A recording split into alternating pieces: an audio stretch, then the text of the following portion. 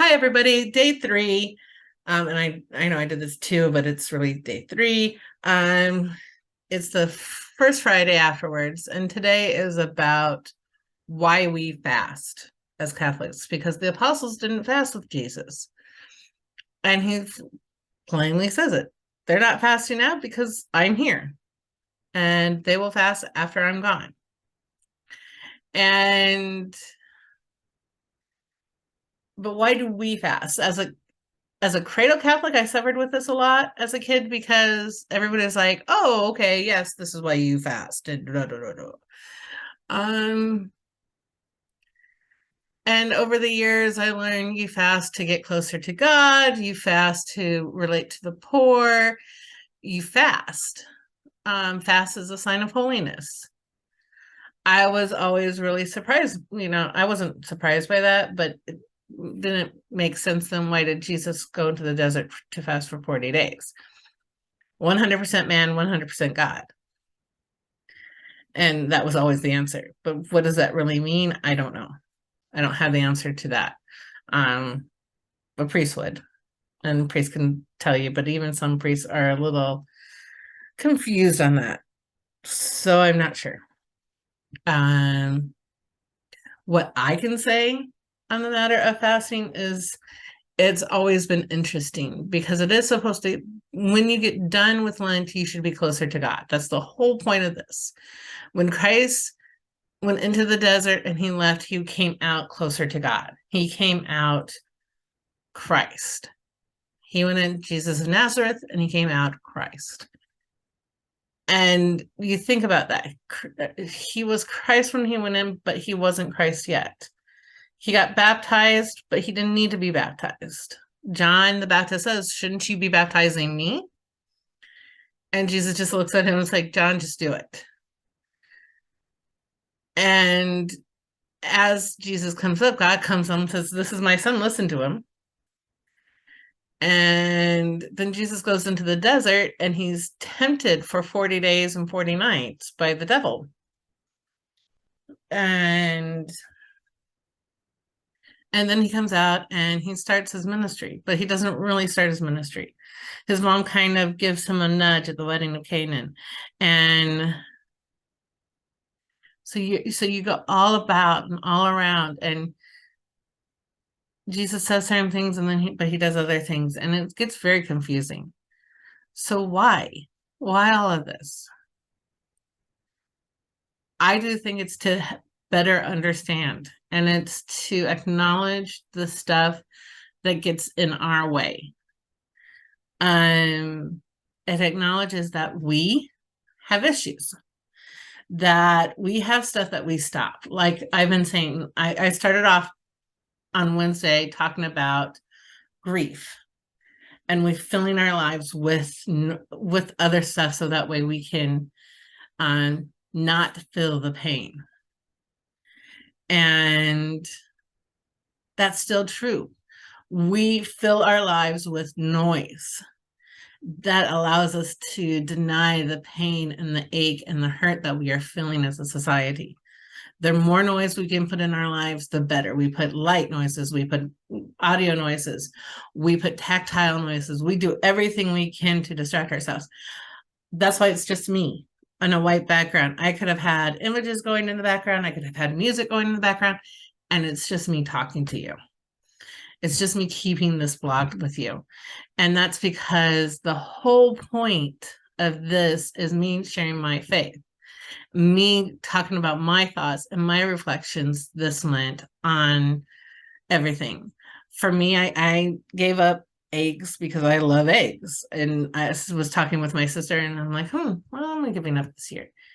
And my sister went, "Oh, it's about suffering with the poor." I'm like, oh yeah. No, I probably really should give up eggs because I love eggs. And maybe when I'm done, I will show you guys a lot of the things that I can do with eggs. But for today, for tonight, but then what am I doing? I'm doing this. I was telling my friend I really want to do a lot of stuff for Lent, and it's just not happening. But I think there's more I could do. The idea, like I said, is to get closer to Christ. But I don't want to fill it with a bunch of stuff that's meaningless. This means something. I'm sharing myself with you. I don't know if anybody will watch these. I don't know if anybody even cares. And to tell you the truth, I don't care. Even if I'm just the only one that ends up watching these, I made them public. And at the end of the 40 days, if anybody watches these, great. If I end up getting 100,000 followers, which I don't think I will, but if I do, I will start doing these live stream. But I don't think I will, because I don't think anybody really cares. I think you look at something like this and you go, well, why should I do this? Why should I listen to you? You shouldn't. I am no one. There is nothing special about me at all. I don't stick out. I am average. I am no different. There is nothing special about me other than that I'm me, and there's only one of me. So I'm not saying, oh, there's nothing special about Cyrus for me. I am saying that I am no different than the person sitting to your right or to your left. I am no different than the people that work with you at work or drive beside you on the road. I lose my temper. I get frustrated. I'm no different than you. I'm just sharing my faith with you, my thoughts, my reflections for the day. And this is my reflection. And that's it. There's nothing about, I don't know any more or any less than you. That's not what this is about. This is about me sharing my faith with you. And if you want to share your faith with me, please do. But be aware, I know my faith. I know what I believe in, and I'm very strong in that faith. And I will gladly talk about it with you. I will debate with you. I will read the materials that you give me, as long as you read mine. And mine starts with the Gospels. Mine start with the Old Testament. Mine starts with the homilies every Sunday and the Christian music that you're not necessarily listening to. That's where mine starts. That's where my materials are. When I start feeling frustrated or sad or something,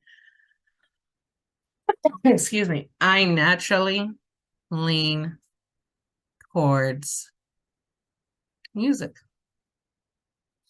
And I sing songs that I have been listening to my entire life, that I've been singing along to my entire life. I was telling a friend today that one of the songs that I go to is Be Not Afraid. Be not afraid. I go before you always. Come, follow me, and I will lead you home. You need not fear the terror of the night, the arrow that flies by day. And then I end up singing on Eagle's Wings. And that's what happens. I was telling her that, and she just laughed at me. I do my own mix, and it starts off with Be Not Afraid, and it ends with the Eagle's Wings. And I don't know why, but it always makes me happy when I do that. And it makes me smile, and it makes me feel good.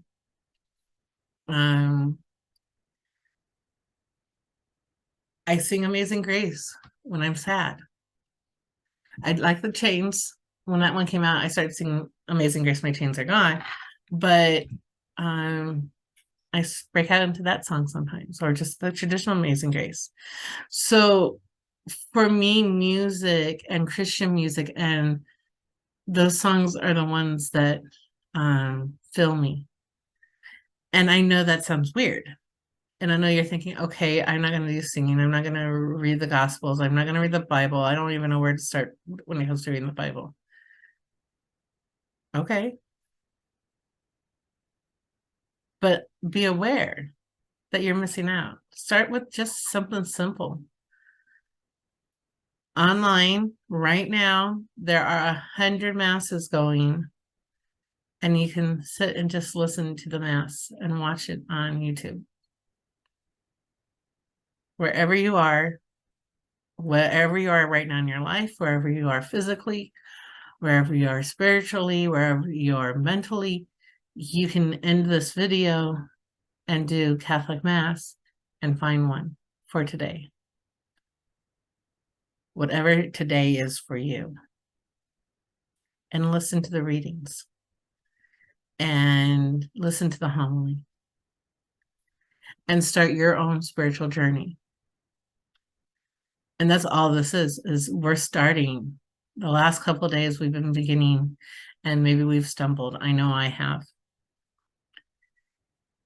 But we keep going forward. Fall, trip, stumble. At least you at least you dash your foot upon a stone.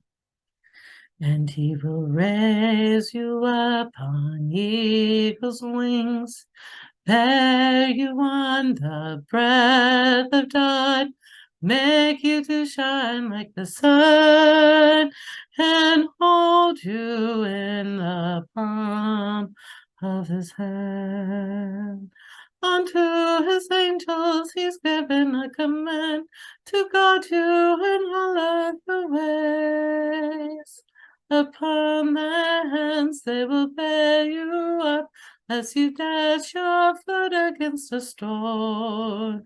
And he will raise you up on eagle's wings, bear you on the breath of dawn, make you to shine like the sun, and hold you in the palm of his hand.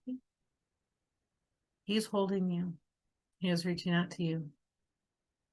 And that's the prayer I end with you guys right tonight. Music is a prayer for me. So I'm going to end with that.